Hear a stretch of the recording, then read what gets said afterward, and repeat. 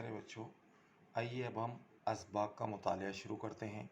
इसमें अब हमारा जो शुरू होने वाला है, जो समझाने का रहा था, ख़ास तौर से मैंने वीडियो वगैरह भेजा था आपको, लेकिन मेरे ख़्याल से वो वीडियो के ज़रिए आप इतना नहीं समझ सकते जितना कि मुझे मालूम है कि आप कौन से अल्फाज समझेंगे और कौन से नहीं समझेंगे। अब देखिए, ये सबक नंबर 3 है हमारा, और सबक नंबर 3 का नाम है भोला। ये एक असल में अफसाना है। अफसाना एक ऐसी कहानी को कहा जाता है जो हकीकत तो नहीं होती, लेकिन हकीकत से करीब होती है। एक दूसरी बात कि इसके अंदर किरदार होते हैं, वाक़यात होते हैं और किरदार होते हैं। अब आप ध्यान में रखिए कि हम जो बोला सबक पढ़ रहे हैं, इसके अंदर आपको 4-5 किरदार जो है ये नज़र आएंगे। सबसे पहले इसमें है माया, जो कि भोला की माँ है। उसके बाद में है भोला, जो माया का बेटा है। उसके बाद में है भोला के दादा, तीसरा किरदार हुआ। चौथा किरदार है भोला के मामू, जो किरदार में शामिल है। और पांचवा, एक ध्यान में रखने के लिए, कि भोला की एक छोटी बहन भी है और उसका नाम नन्ही है। ये मैं इसलिए बताया कि अगर आपको वो वेब शक्ल बनाने के लिए देता है कि भोला और आसपास दे देता है उसके रिश्तेदार, तो उसमें आप 4 अगर दे रहा है, 4 ही देगा हो, क्योंकि 2 नंबर के लिए पूछा जाता है, तो आपको चारों इसमें लिखने में आसानी हो कि एक आपको लिखना है माया, उसके बाद में लिखना है दादाजी, उसके बाद में लिखना है आपको मामू, और उसके बाद में लिखना है बहन नन्ही। ये 4 किरदार जो है इसके साथ में हैं। अब देखिए आप कि ये अफसाना जो है ये किसने लिखा है? राजेंद्र सिंह बेदी ने लिखा है ये अफसाना। अब इसमें पहली बात कि भाई ये अफसाना कैसा है, क्या है, या ये सबक जो है क्या है, ये पहली बात के अंदर दिया जाता है आपको कि उर्दू बयानिया अस्टाफ में सबसे ज़्यादा मकबूलियत अफसाने को हासिल है। ये उर्दू के अंदर अलग अलग असनाफ है, ड्रामा है ना, मज़ामीन है, सफ़रनामा है ना, तो इसमें सबसे ज़्यादा जो पसंद किया गया वो अफसाना है। अब अफसाने में क्या होता है? इसमें वाक़यात का बयान, किरदारों की गुफ्तगू और मंजर व माहौल की पेशकश बहुत नपी तुली और तासुर से भरपूर होती है। इसमें मंजर बयान करना पड़ता है, किरदारों की आपसी बातचीत, उस ज़माने का माहौल, है ना। मुसन्निफ़ जो है वो अपने ऐसे अल्फाज इस्तेमाल करता है कि उससे मंजर हमारे सामने आ जाता है, हमको ऐसा लगता है जैसे सचमुच में ये कहानी हुई हो। इसके बाद प्लॉट, मतलब कैसा वो लिख रहा है, कौन सी चीज़ लिखना चाह रहा है, क्या हमको सबक देना चाह रहा है मुसन्निफ़। किरदार, उसके बाद कौन से ज़माने में, है ना, कौन से वक्त में लिखा जा रहा है। मरकज़ी ख़याल और असलूब की अफसाने के फ़न में ख़ास अहमियत हासिल है कि वो किस तरह से पेश करता है। उसका जो निचोड़ है वो है उसका मरकज़ी ख़याल।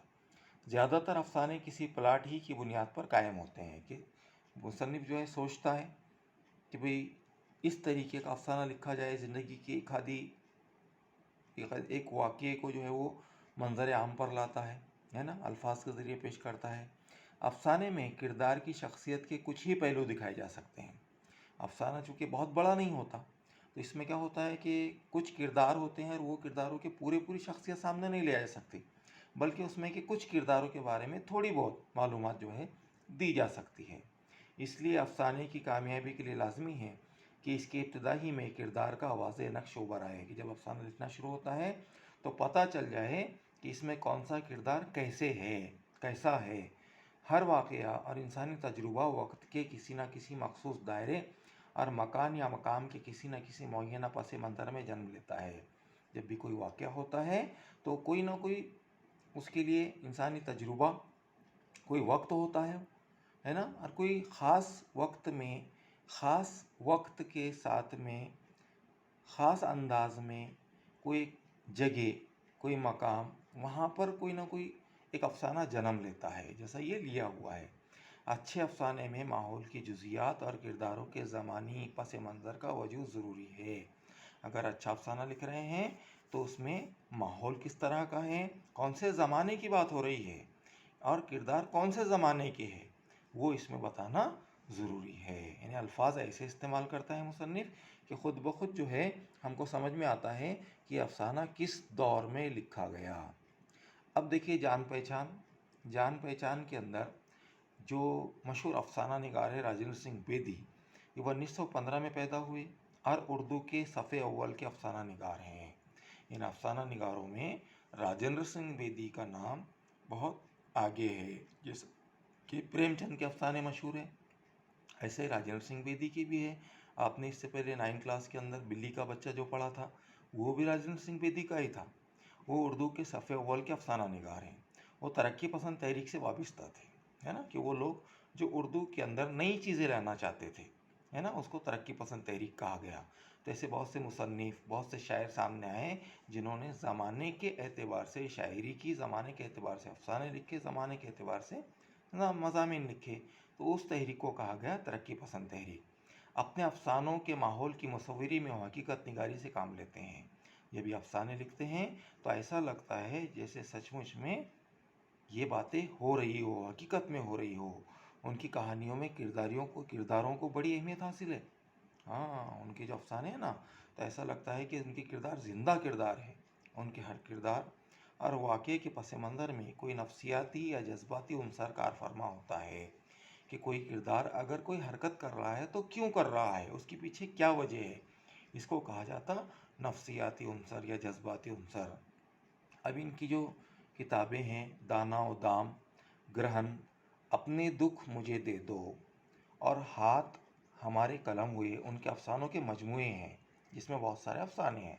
अफसाना भोला उनके मजमूए दाना व दाम से लिया गया है, जिसके किरदार सादा दिल, भोले भाले और सीधे साधे हैं। जब हम ये अफसाना पढ़ेंगे तो पता चलेगा कि एक छोटे से गांव के अंदर सादा रहने वाले सादा दिल किरदार कैसे होते हैं।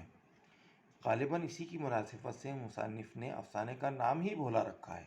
हालांकि इसमें एक अहम किरदार है भोला, लेकिन चूँकि तमाम किरदार जो है उनकी जो बातचीत है उसके ज़रिए हमको उनका भोलापन ज़ाहिर होता है, इसलिए इस अफसाने का नाम ही भोला रख दिया। राजेंद्र सिंह बेदी, इनका इंतकाल 1984 में हुआ। अब थोड़ा सा हम इसके 2 पैराग्राफ समझेंगे पहले, कि मैंने, अब ये मुसन्निफ़ ऐसे बयान कर रहा है जैसे उसने खुद ने देखा हो, है ना, या उसके दादा जो है वो देख रहे हैं, भोला के दादा। इस तरह से अफसाना शुरू किया कि मैंने माया को पत्थर के कूजे में मक्खन रखते देखा। मक्खन दूध के बाद बालाई और बालाई के बाद में जो मक्खन निकाला जाता है, तो पत्थर का एक प्याला, पुराने ज़माने के अंदर पत्थर के बर्तन इस्तेमाल होते थे या मिट्टी के बर्तन इस्तेमाल होते थे। तो लोग जो है अपने घरों के अंदर मक्खन वगैरह जमा करते थे पत्थर के प्याले में या मिट्टी के प्याले में। तो इन्होंने देखा कि माया जो है वो मक्खन एक पत्थर के प्याले के अंदर, कूजे के अंदर रख रही है। अब ये जब मक्खन निकाला जाता है तो आपको मालूम है कि छाछ के ज़रिए जो है मक्खन निकाला जाता है। तो छाछ की खटास को दूर करने के लिए माया ने कूजे में पड़े हुए मक्खन को कुएं के साफ पानी से कई बार धोया। अब देखिए, इसमें आपको पता चलेगा कि उस ज़माने के अंदर कुएं थे घरों के अंदर, लोग घरों के अंदर मक्खन निकाला करते थे और थोड़ा थोड़ा मक्खन जमा किया करते थे। अब ये मक्खन जब निकलता है तो छाछ में से निकलता है, और छाछ जो है वो खट्टी होती है, ठीक है।